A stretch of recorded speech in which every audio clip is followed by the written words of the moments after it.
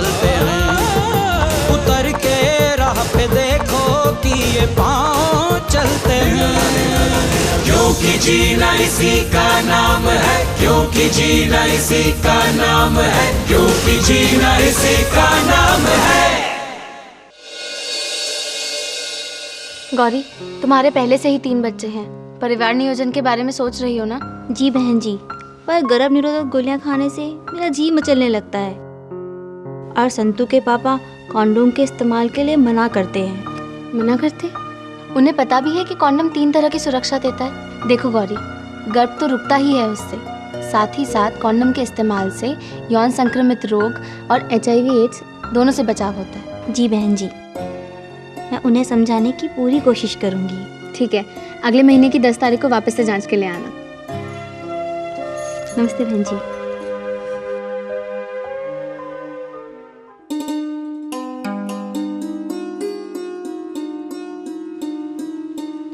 नमस्ते बहन जी।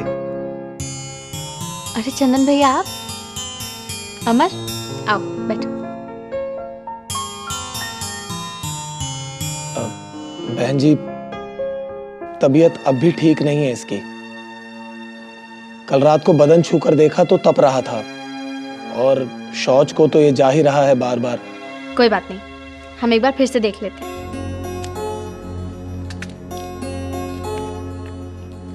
तुम खोलो।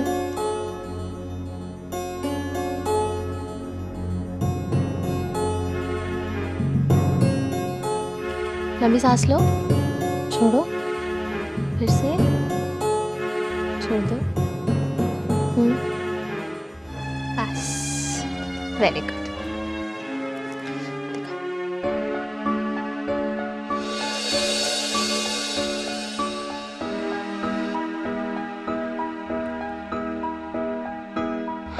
बुखार तो है इसे, 101।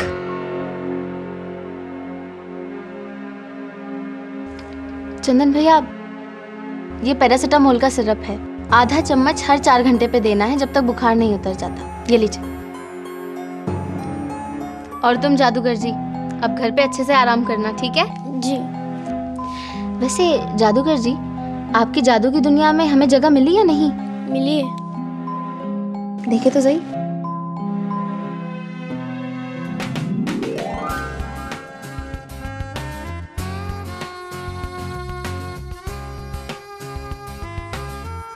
अरे ये क्या, तूने बहन जी की भी तस्वीर बना दी? माफ कीजिएगा, इसकी आदत है, जिसे भी देखता है उसकी तस्वीर बन। अरे नहीं चंदन भैया, बहुत हुनर है अमर के हाथ में। देखिए तो कितनी सफाई से इसने तस्वीरें बनाई हैं, बहुत अच्छे। वैसे चंदन भैया, आपने इसके बारे में क्या सोचा है? आप इसे स्कूल क्यों नहीं भेजते? जी हाँ, मैं सोच रहा था कि मैं मास्टर जी से मिलकर बात करूं, पर मुझे चाची के साथ काम करना बहुत अच्छा लगता है। क्यों? स्कूल नहीं जाना तुम्हें? स्कूल के नाम से ही ये परेशान हो जाता है। वहाँ माँ जो बीमार हुई इसकी शहर में, तो स्कूल तो छूट ही गया इसका। मैं जाता हूँ। अमर सुन,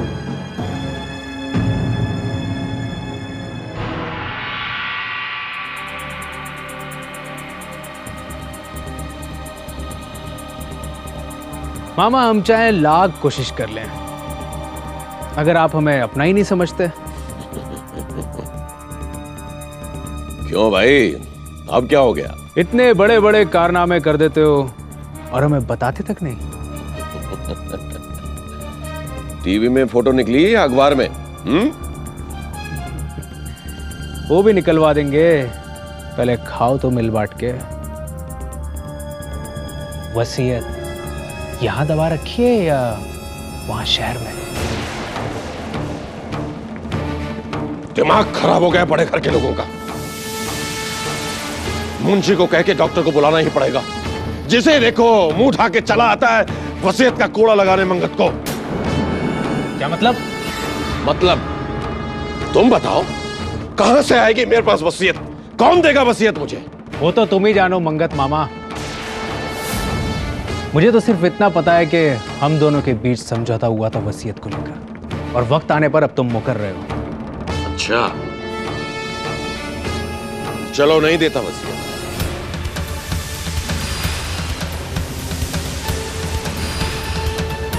कर ले जो करना है।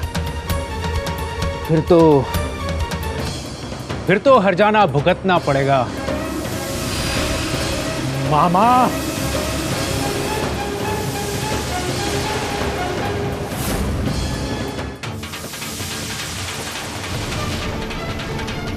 प्रवीण, क्या करो पर?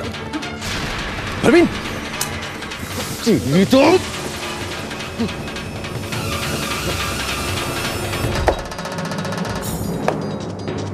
शाबाश।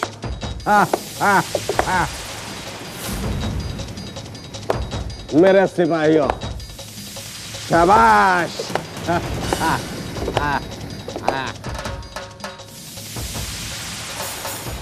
साबित कर दिया तुम दोनों ने कि तुम ही दोनों हमारे सच्चे वफादार हो। किसने मेरे ऊपर? मेरे कहने पर। और अब हमें यकीन हो गया कि वसीयत तुम दोनों के पास नहीं है।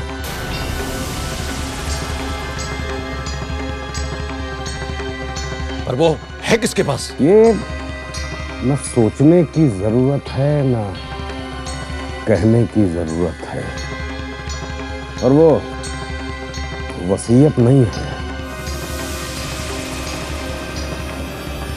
हमारी जिंदगी के राज की चाबी है।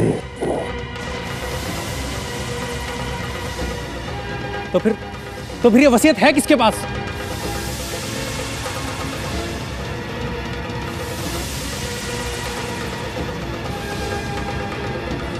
उसके पास जिसको इसका राज फाश करने में सबसे ज्यादा दिलचस्पी है और सबसे ज्यादा फायदा है कुछ ऐसे लोग, ज्यादा नहीं लेकिन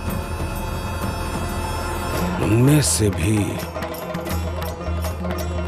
एक है सबसे शातिर।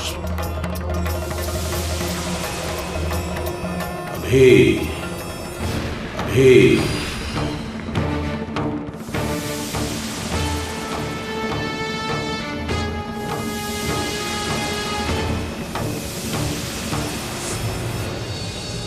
अच्छा, मैंने वो आलना साफ कर दिया है, तू अपनी जरूरी चीज उस पे रख लेना। चाची, मैंने सोचा वो आपने अपने लिए साफ किया है, मैं अभी रख लेता हूँ उस पे अपनी चीजें।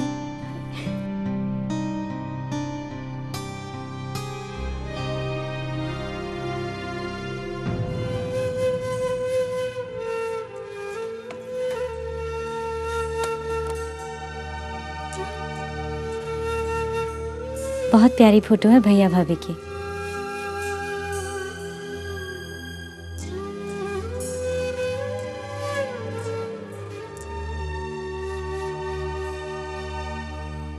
अरे ये किसकी है अमर?